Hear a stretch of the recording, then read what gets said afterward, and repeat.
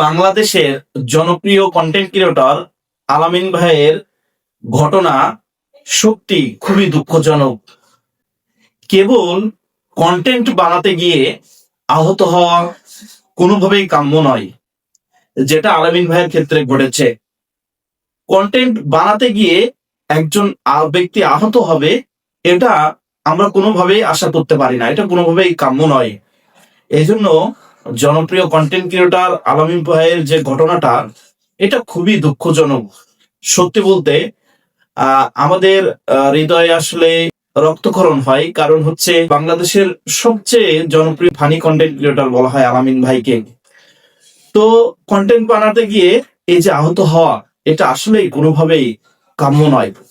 আগুন, বিস্ফোরক উপকরণ বা ঝুঁকিপূর্ণ শার্ট নিয়ে ফানি ভিডিও বানানো মোটেও জরুরি নয়। অর্থাৎ আগুন, বিস্ফোরক উপকরণ বা ঝুঁকিপূর্ণ শার্ট নিয়ে ফানি ভিডিও করা আসলে কোনোভাবেই কারো পক্ষে এটা জরুরি নয়।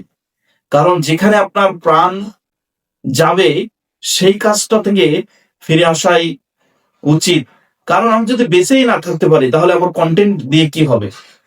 এবং এই কন্টেন্টের কারণেই অনেক মানুষ দেখা যায় আবেগী হয়ে, কারণ আলামিন ভাইয়ের ফলোয়ার অনেক বেশি, অনেক মানুষ আবেগী হয়ে এই ধরনের কন্টেন্ট করতে যায়, করতে গিয়ে কিন্তু আসলে দুর্ঘটনার সম্মুখীন হয়। এজন্য এই ধরনের ভিডিও কিন্তু আসলে করা ঠিক না।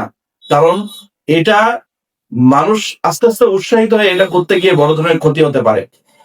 এজন্য আগুন, বিস্ফোরক উপাদান বা ঝুঁকিপূর্ণ শার্ট নিয়ে ফানি ভিডিও বানানো মোটেও জরুরি নয়, বরং এতে ঝুঁকির পরিমাণ বিনোদনের চেয়েও বেশি থাকে। অর্থাৎ আপনি যখন আগুন, বিস্ফোরক দ্রব্য, বিস্ফোরক উপকরণ, ঝুঁকিপূর্ণ শার্ট নিয়ে যখন ফানি ভিডিও করতে যাবেন, এতে বিনোদনের চেয়ে ঝুঁকির পরিমাণটা বেশি থাকে, যেটা আলামিন ভাইয়ের ক্ষেত্রে হয়েছে। এই জন্য দোয়া করি আলামিন ভাই দ্রুত সুস্থ হয়ে আমাদের মাঝে আবার ফানি কন্টেন্ট নিয়ে ফিরে আসুক। পাশাপাশি আলামিন ভাইয়ের উদ্দেশ্যে আমি বলতে চাই, ভাই এই ধরনের ঝুঁকিপূর্ণ বিনোদন দেওয়া থেকে বিরত থাকুন। এবং এতে যেমন ক্ষতি হয় বা অনেক কন্টেন্ট ক্রিয়েটর এটা করতে গিয়ে ক্ষতির সম্মুখীন হবে, কাজে এত ঝুঁকিপূর্ণ কন্টেন্ট নিয়ে কাজ না করাই ভালো। এবং যেখানে আমার প্রাণ যাবে সেই কাজগুলো না করাই উত্তম বলে আমি মনে করি। ধন্যবাদ সবাই।